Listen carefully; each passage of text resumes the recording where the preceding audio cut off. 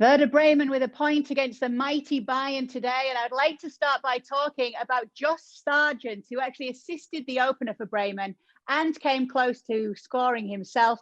Janusz, would you like to give some credit to the young American? See, I'm wearing it. I was, to be honest with you, I was going to wear the Polish top, but Lewandowski, well, we'll get to him later, right? He didn't even come close. Yes, this is the best I've seen him. Obviously, he had a number of chances that he could have put away. Could have easily had a hat trick, right? Manuel Neuer was tremendous in the first half, if you remember, stopped him there, and the follow by Eggestein, two marvelous saves from Manuel Neuer. There's a reason why he's number one. Forget the Spain 6 goals and all of that. That happens. But Josh Sargent, I thought his movement was good. The assist on the goal was good. A couple of times he got loose, right? One-on-one. I think Boateng once and Javi Martinez came in and blocked shots. Maybe indecisive a little bit. I still don't think of him as an out-and-out goal scorer just yet. But I think he's growing into that role. And I think the first, of course, is to make sure that you establish yourself as a starter. I think he's done that or is in the process of doing that most of the time. And he looked mature today, because I still think of him as a young American player. I need to stop doing that because, in this country, we have a tendency of looking at their kids and all that. I think he looked mature and looked very, very dangerous in the build-up, and his game awareness, I thought, was good. So I really, really happy for him.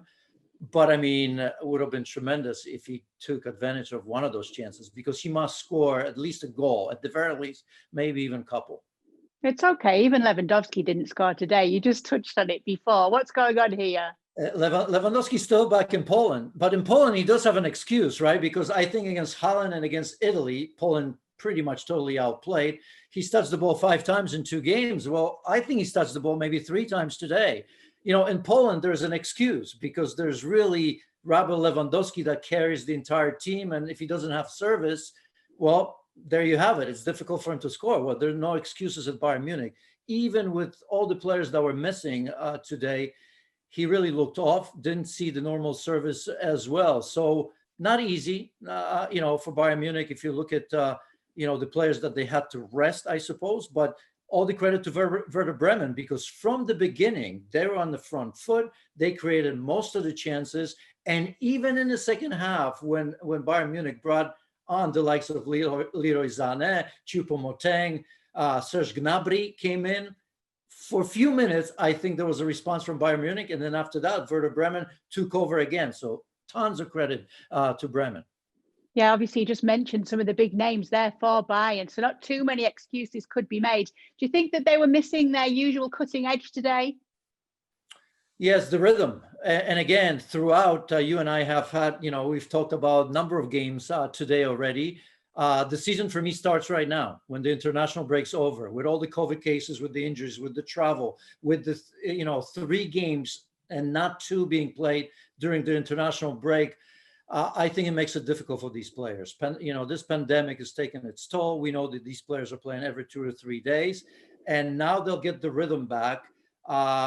It was interesting to me how you can make those 3 substitutions in the second half with such big players. So for those of you that are talking about the 5-player substitute role, right, that exists everywhere, but not in England. Here you have 3 players coming in. Oh, let's not forget Luka Hernandez got injured, and Leon Goretzka had to come in the 18th minute as well. So no excuses for Bayern, in terms of that, because eventually they've put their best players on the pitch, with the exception, of course, of Joshua Kimmich, and he's been missed. His leadership was missed for Germany in their loss to Spain, and has been missed here today, because I think he makes that much of a difference, more so than I think just about any player on Bayern Munich, with the exception of Robert Lewandowski and Thomas Müller, who was quiet himself.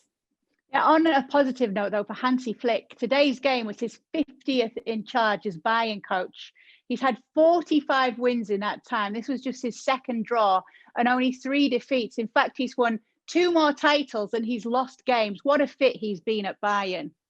It just, the Bayern Munich is best in the world in terms of foreseeing what may come. In terms of transfer markets, they know when to reboot, if you will, when they see players maybe dropping off. They make the right decisions. They've done it with managers for the most part.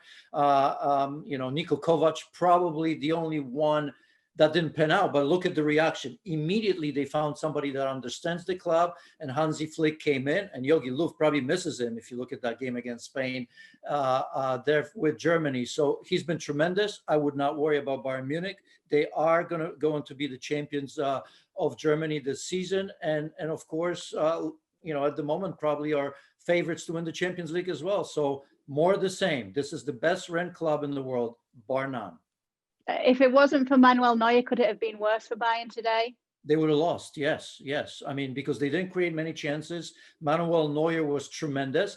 And, it's not just Manuel Neuer. If you look at Bittencourt with that chance, we've mentioned Josh Sargent. What about Rashica? He's had himself, Rashica was absolutely tremendous. Augustinsson, that follow-up after Josh Sargent, I mean, those are two saves that, my goodness, only the likes of Manuel Neuer can pull. So Bayern Munich are lucky to a degree, but sometimes you have to grind. You have to keep yourself in a game. And I don't think anyone in the right mind will worry about Bayern Munich in the Bundesliga. No, and I think Bremen are going to be very happy with that point as well. It finished 1-1 between the two. Thanks so much for watching ESPN on YouTube. And for more sports highlights and analysis, be sure to download the ESPN app. And for premium content and live streaming, subscribe to ESPN Plus.